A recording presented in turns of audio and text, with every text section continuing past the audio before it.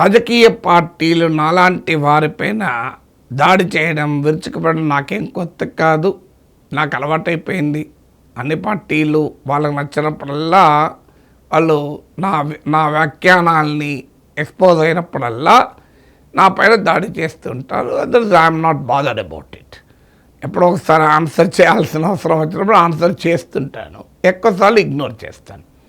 కానీ ఇటీవల డాక్టర్ మాడభూషి శ్రీధర్ ఇతని పైన తెలుగుదేశం బంధు పరివారం భయంకరమైన, నీచమైన, అసభ్యకరమైన దాడి చేస్తుంది.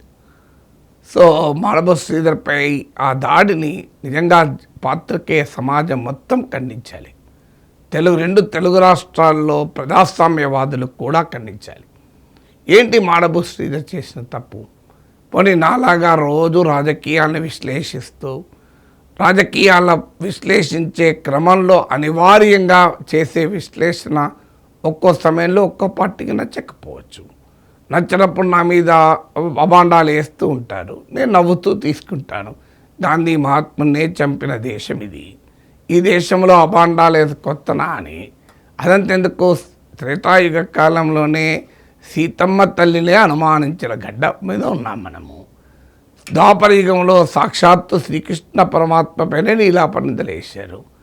సో శ్రీరామచంద్రుడి కన్నా, శ్రీకృష్ణ పరమాత్మ కన్నా, గాంధీ మహాత్మ కన్నా నాగేశ్వరు గొప్పవాడా? వీడికి అతీతంగా ఉండగలడా? సో అది పార్ట్ ఆఫ్ లైఫ్. పబ్లిక్ లైఫ్లో ఉన్నప్పుడు ఇవి తప్పదు. లక్షలాది మంది అభిమానించేవారు ఉన్నప్పుడు పట్టుమని లేళ్ళ పెన్ లెక్క పెట్టే విధవల తిట్లను భరించాలి. That's part of life. కానీ మాడభూషి శ్రీధర్ అది కూడా కాదు. ఆయన ప్రధానంగా రాజ్యాంగము, న్యాయశాస్త్రము వీటిపైనే మాట్లాడుతుంటాడు. నాలాగా సమకాలీన అంశాలన్నింటినీ ఆయన విశ్లేషించే పని కాదు, ఎందుకంటే is an expert on constitution.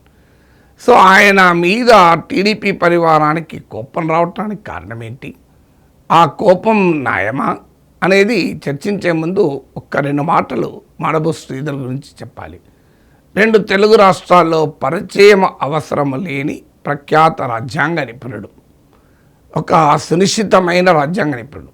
Constitution పైన, రైట్ ఇన్ఫర్మేషన్ పైన, సివిల్ లిబర్టీస్ పైన, కాన్స్టిట్యూషనల్ మొరాలిటీ పైన ఒక అథారిటీ. నాలాంటి వారు అనేక మందికి, మీడియాలో ఉన్న వారికి ఏదైనా రాజ్యాంగం పైన డౌట్ వస్తే ఫస్ట్ ఫోన్ చేసేది మాడభూషి శ్రీధర్కి. శ్రీధర్ గారు ఇది కరెక్టేనా, ఇది నా అంచనా, లేదా ఇది ఏంటి అని. So is such a big expert on constitution. National Academy of Legal Studies and Research, NALSAR, దేశంలోనే ఒక ప్రఖ్యాత నేషనల్ లా స్కూల్స్లో ఒకటి హైదరాబాద్లో, దానికి రిజిస్ట్రార్గా పనిచేశారు. రైట్ ఇన్ఫర్మేషన్ పైన అనేక వాటిపైన పుస్తకాలు రాశారు. ఆ తర్వాత మీకు టైమ్స్ ఆఫ్ ఇండియా వాళ్ళు పెట్టిన డీమ్డ్ యూనివర్సిటీలో డీన్ లాగా పనిచేశారు. అదే కాకుండా పత్రికల్లో, మీడియాలో పనిచేశారు, ఎడిటర్గా కూడా పనిచేశారు. అన్నిటికీ మించి సెంట్రల్ ఇన్ఫర్మేషన్ కమిషనర్గా పనిచేశారు. మీకు గుర్తుండే ఉంటుంది, నరేంద్ర మోడీ డిగ్రీ సర్టిఫికెట్లు సమాచార హక్కు కిందికి వస్తాయన్నప్పుడు వస్తాయని తీర్పు చెప్పిన ధీశాలి మాడభూషి శ్రీధర్. ఈ సమయంలో భారత ప్రధానమంత్రి నరేంద్ర మోడీ పైన తీర్పు చెప్పే ధైర్యం ఉండాలంటే మామూలు విషయం కాదు కదా. రాజకీయ నాయకులు చూడడం లేదా? మోడీతో ధర్మ పోరాటాలు చేసి మళ్ళీ పీచే ముడై మళ్ళీ మోడీతో కలిసిన రాజకీయ నాయకులు ఉన్న సమయంలో ధైర్యాన్ని ప్రదర్శించి ఎస్ ఇది రాజ్యాంగం ప్రకారం, చట్టం ప్రకారం అని చేయడం లేదా? ఆంధ్రప్రదేశ్లో రాజకీయ నాయకులు అధికారంలో ఉన్నవారైనా, ప్రతిపక్షంలో ఉన్నవారైనా మోడీ పైన అవిశ్వాస తీర్మానాలు పెట్టి, ఒకరేమో ఇప్పుడు మోడీతో పొత్తులో ఉన్నారు, ఇంకోరేమో అప్రకటిత మిత్రపక్షంగా లేరా? అసలు ఆ ప్రత్యేక హోదాను కూడా అడగటానికి భయపడుతున్నారు కదా. అలాంటి సమయంలో మోడీ సర్టిఫికెట్ల గురించి ఇన్ఫర్మేషన్ కమిషనర్గా తీర్పు చెప్పినటువంటి సాహసం చేశారు. అలాంటి ఒక రాజ్యాంగ నిపుణుడిని పట్టుకొని నోటికొచ్చినట్లు రాస్తున్నారు, వీడియోలు చేస్తున్నారు, మాట్లాడుతున్నారు. ఆశ్చర్యం వేస్తుంది. ఈ దుర్మార్గం పార్టీయే చేయిస్తుంది, చంద్రబాబు నాయుడే చేయిస్తున్నాడు నేనేం ఆరోపించడం లేదు. ఎందుకంటే లక్షలాది మంది అభిమానులు ఉండే పార్టీ తెలుగుదేశం పార్టీ, వాళ్ళందరినీ పార్టీ కంట్రోల్ చేయదు. కానీ గత కొన్ని రోజులుగా ఇది జరుగుతున్నప్పుడు చంద్రబాబు నాయుడు ఆదేశాలు ఇవ్వాలి కదా, ఇది న్యాయం కాదు, మనము ఇది పద్ధతి కాదు అని చెప్పాలి కదా. ఒకవైపు ఏబిఎన్ రాధాకృష్ణ వైసీపీ భార్యల గురించి ప్రస్తావించిన పైన వివాదం అయితే దాన్ని సమర్థిస్తూ మాట్లాడుతున్నారు. అది తప్పు, అలా మాట్లాడకూడదు. ఓకే, వైసీపీ దాడి చేయడం కరెక్ట్ కాదు, నేను కూడా అన్నాను కరెక్ట్ కాదని. కానీ రాధాకృష్ణ అలా రాయడం కరెక్టా, అలా మాట్లాడడం కరెక్టా? కరెక్ట్ కాదు అనడం పోయి ఆయన సమర్థిస్తున్నారు. మాడబు శ్రీధర్ పైన నీచమైన అటాక్ చేస్తున్నారు. మరి శ్రీధర్ చేసిన తప్పేంటబ్బా ఇంతకు అంటే, ఆయన మావిగన్ కూడా కాదు, అమరావతి అనే అంశం పైన సాక్షిలో ఒక వ్యాసం రాశారు. సహజమే, సాక్షిలో వ్యాసం రాసామనుడితోనే తెలుగుదేశం వాళ్ళకి కోపం వస్తుంది. సో ఆ వ్యాస కంటెంట్స్ కూడా తెలుగుదేశం వారికి రుచించలేదు. ఇక దానితో ఆయన పైన పర్సనల్ అటాక్ మొదలుపెట్టారు. సో ఆ పర్సనల్ అటాక్ ఎక్కడి దాకా వెళ్ళింది?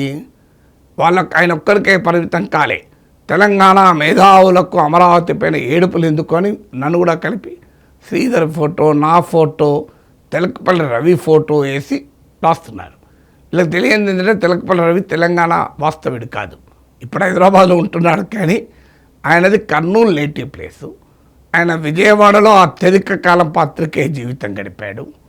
ఆయన ప్రధానంగా ఆంధ్రప్రదేశ్కు మూలాలున్న వ్యక్తి.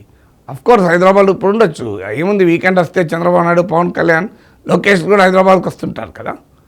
సో అలాంటిది ఆయన కూడా తెలంగాణ మేధావులుగా కలిపి అందరినీ తిరుగుతున్నారు. సో ఇది అసలు విచిత్రం ఏంటంటే, మాడబు శ్రీధర్ తీసుకున్న స్టాండ్ వేరు, నా స్టాండ్ వేరు. నేను ఇదే సమయంలో, అంటే అమరావతి పైన మావిగన్ చర్చ జరుగుతున్న సమయంలో సాక్షిలో శ్రీధర్ గారు వాసన రాస్తే, నేను మావిగన్ జగన్ వింత వాదన అంటూ తీవ్రంగా ఖండిస్తూ నేను వ్యాఖ్యానం చేశాను. We're not on the same page. But ఏంటి రెస్పెక్ట్ ఏంటి అంటే ప్లూరాలిటీ. ఆయనకు హక్కు ఉందా లేదా? ఆయనకు ఒక వ్యాసం రాసే హక్కు కూడా లేదా? ఆయనకు ఒక అభిప్రాయం చెప్పే హక్కు లేదా? భారత రాజ్యాంగంలోని ఆర్టికల్ 19(1)A చదవండి.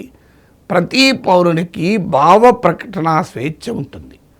దానిపైన రాజ్యం సహేతుకాంక్షలు విధించు. రాజ్యం అంటే తెలుగుదేశం పార్టీ పెంచి పోషించే యూట్యూబర్లు కాదు. రాజ్యం అంటే నిజంగానే ఆయన తప్పు మాట్లాడితే, అది రాజ్యాంగ ఉల్లంఘన అయితే ప్రభుత్వం చర్య తీసుకోవచ్చు. ఎందుకంటే పౌరులకు సహేతుక ఆంక్షలు అంటే ఏంటి? అబ్సినిటీ, మొరాలిటీ, పబ్లిక్ ఆర్డర్, ఇలాంటి వాటిని డిస్టర్బ్ అయ్యేటటువంటి చర్యలు తీసుకోవచ్చు. భారత సుప్రీంకోర్టులు అనేక సార్లు దీన్ని నొక్కి చెప్పింది, మీరు ఇష్టం వచ్చినట్టుగా భావ ప్రజ్ఞ స్వేచ్ఛను హరించకూడదు అని. ఎందుకు మరి మాడబు శ్రీధర్పై దాడి అంటే చిల్లింగ్ ఎఫెక్ట్. మమ్మల్ని మా వాయిసే చెప్పాలి, మా అధికార ప్రతినిధుల్లాగానే మాట్లాడాలి, లేకపోతే మిమ్మల్ని పర్సనల్గా తిడతాం. ఆయన అభిప్రాయాలను ఏకిపాడేయచ్చు, తప్పేమీ లేదు. సో ఆయన అభిప్రాయాల్ని ఎంత తీవ్రమైతే అంత తీవ్రంగా విమర్శించవచ్చు ఫ్యాక్ట్స్ అండ్ ఫిగర్స్తో. కానీ you have no business to comment on him personally. So ఇలా పర్సనల్గా కామెంట్ చేయడాన్ని మనం ఎప్పుడైనా అంగీకరించకూడదు. మీకు గుర్తుండి ఉంటుంది, చంద్రబాబు నాయుడు సతీమణి పైన అసెంబ్లీలో ఇలాగే వైసీపీ ఎమ్మెల్యే దుర్మార్గంగా మాట్లాడితే జగన్ దాన్ని ఆపకపోతే నాలాంటి వాళ్ళు చాలా తీవ్రంగా ఖండించాం. లోకేష్ ఆవేదనను సమర్థించాం. ఒక తండ్రిగా, ఒక కొడుకుగా లోకేష్ వ్యక్తం చేసిన బాధతో పూర్తిగా ఎంపథైజ్ అయ్యాం. కాలేదని చెప్పి ఇప్పుడు అబద్ధాలు చెప్తున్నారు. మీరు ఒక్కసారి నా యూట్యూబ్లో వీడియోలు చూడండి. సో చంద్రబాబు నాయుడు ఇలా అవమానించినప్పుడు జగన్కు మద్దతు ఇచ్చాను నాగేశ్వరం ఎంత దుర్మార్గంగా చెప్తున్నారు. జగన్ నేను మద్దతు ఇచ్చానా? మీరు ఒక్కసారి ఇప్పటికి కూడా నా యూట్యూబ్లో వీడియోలు ఉన్నాయి కదా, చూడండి. సో ఆ రోజు తీవ్రంగా ఖండించాం, మామూలుగా ఖండించలే. ఖచ్చితంగా లోకేష్ ఆవేదన కరెక్ట్ అని చెప్పాం. మరి ఇప్పుడు మాడబు శ్రీధర్ కొడుకు, మాడబు శ్రీధర్ బిడ్డకు కూడా అదే వర్తించదా? లోకేష్కున్న హక్కులు మాడబు శ్రీధర్ పిల్లలకు ఉండయా?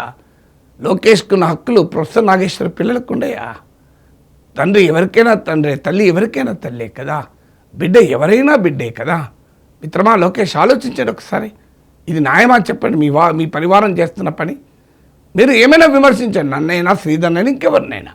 కానీ మీరు పర్సనల్ లెవెల్కి వచ్చి వారిని అవమానించే రీతిలో, వారి కుటుంబ సభ్యులు బాధపడే రీతిలో మాట్లాడడం న్యాయమా? మీరే కదా బాధితులు లోకేష్ గారు. జగన్మోహన్ రెడ్డి కాలంలో చంద్రబాబు లాంటి ఒక చరిత్ర కలిగిన రాజకీయ నాయకుడి పైన దుర్మార్గంగా మాట్లాడితే మేమంతా ఖండించాం కదా. మీకు బాధ్యత లేదా లోకేష్ గారు? ఇప్పుడు ఇది న్యాయం కాదు అని చెప్పడం. చంద్రబాబు నాయుడు గారు మీకు బాధ్యత లేదా? మీరు కూడా బాధ్యతలు కదా. మరి మీరు మిమ్మల్ని అన్నప్పుడు మేమంతా నిలబడ్డాం కదా మీ వైపే. ఇవాళ మాడబు శ్రీధర్ను, ప్రొఫెసర్ నాగేశ్వర్ను ఇలా అనడం న్యాయమవుతుందా? ఇదేదో భయంతోనో చెప్పడం కాదు. ఆంధ్ర సమాజంలో ఈ దుర్మార్గమైన రాజకీయ సంస్కృతి మంచిది కాదని చెప్పడానికి చెప్తున్నాం. భయపడి చెప్పడం లేదు. నాకు తెలిసినంతవరకు శ్రీధర్ భయపడాడు, ఆయన నరేంద్ర మోడీకే భయపడలేదు. మీకెందుకు భయపడతాడు? నాగేశ్వర్ భయపడాడు. సో న్యాయం, రాజ్యాంగం ఆయన చెప్పానేం బీజేపీ వ్యతిరేక కాదు, మరో పార్టీ అనుకూలుడు కాదు. ఆయనకు రాజ్యాంగం ప్రకారం ఇది సమాచార హక్కు పరిధిలోనే ఉంటుందని అనిపించింది, తీర్పు చెప్పాడు. అంతే తప్ప ఆయనకేం వ్యక్తిగతంగా ఏ పార్టీ మీద వ్యతిరేకత లేదు కదా. అందువల్ల ఆలోచించండి, ఇది పద్ధతి కాదు. భిన్నమైన అభిప్రాయాలు ప్రజాస్వామ్యానికి ప్రాతిపదిక. ఎస్, నేనైనా శ్రీధర్ అయినా ఇంకెవరైనా మా భాషలో తప్పులున్నా, మేము ఎవరినైనా అవమానించే రీతిలో మాట్లాడినా, ఎవరినైనా వ్యక్తిగతంగా హద్దులు దాటి మాట్లాడినా ఖచ్చితంగా మమ్మల్ని ప్రశ్నించండి. కానీ ఇప్పటి వరకు నాకు తెలిసినంత వరకు మేము ఆ తప్పులు చేయలేదు. కానీ సమాజంలో ఇది మంచి ధోరణి అయితే కాదు. 2 తెలుగు రాష్ట్రాల్లో ఉన్న రాజకీయ పార్టీల నాయకులకు, పాత్రికేయులకు, సంపాదకులకు, పాత్రికేయ సంఘాలకు నా విజ్ఞప్తి. మాడబు శ్రీధర్ ఇది రెస్పెక్టబుల్ జర్నలిస్ట్. సో మాడబు శ్రీధర్ రాసిన వ్యాసంతో మీకు విభేదించవచ్చు, మీకు హక్కుంది, ఎవరికైనా మీరు సమర్థించవచ్చు. కానీ ఆయనపై జరుగుతున్న ఈ వ్యక్తిగత దాడిని మనమందరము ముక్త కంఠంతో ఖండించుదాం. ఇవాళ ఒక పార్టీతో శ్రీధర్కు రావచ్చు, రేపు మరో పార్టీతో మీకు కూడా రావచ్చు. ఈ ధోరణి పైన ఎవరికీ గుత్తాధిపత్యం ఉండదు. అందరము ఈ ధోరణికి బాధితులమవుతాం. వ్యక్తిగత భావప్రజ్ఞ స్వేచ్ఛకు రాజకీయ గ్రహణం పడితే నష్టపోయేదంతా మన మీడియా సమాజం మొత్తం నష్టపోతుంది.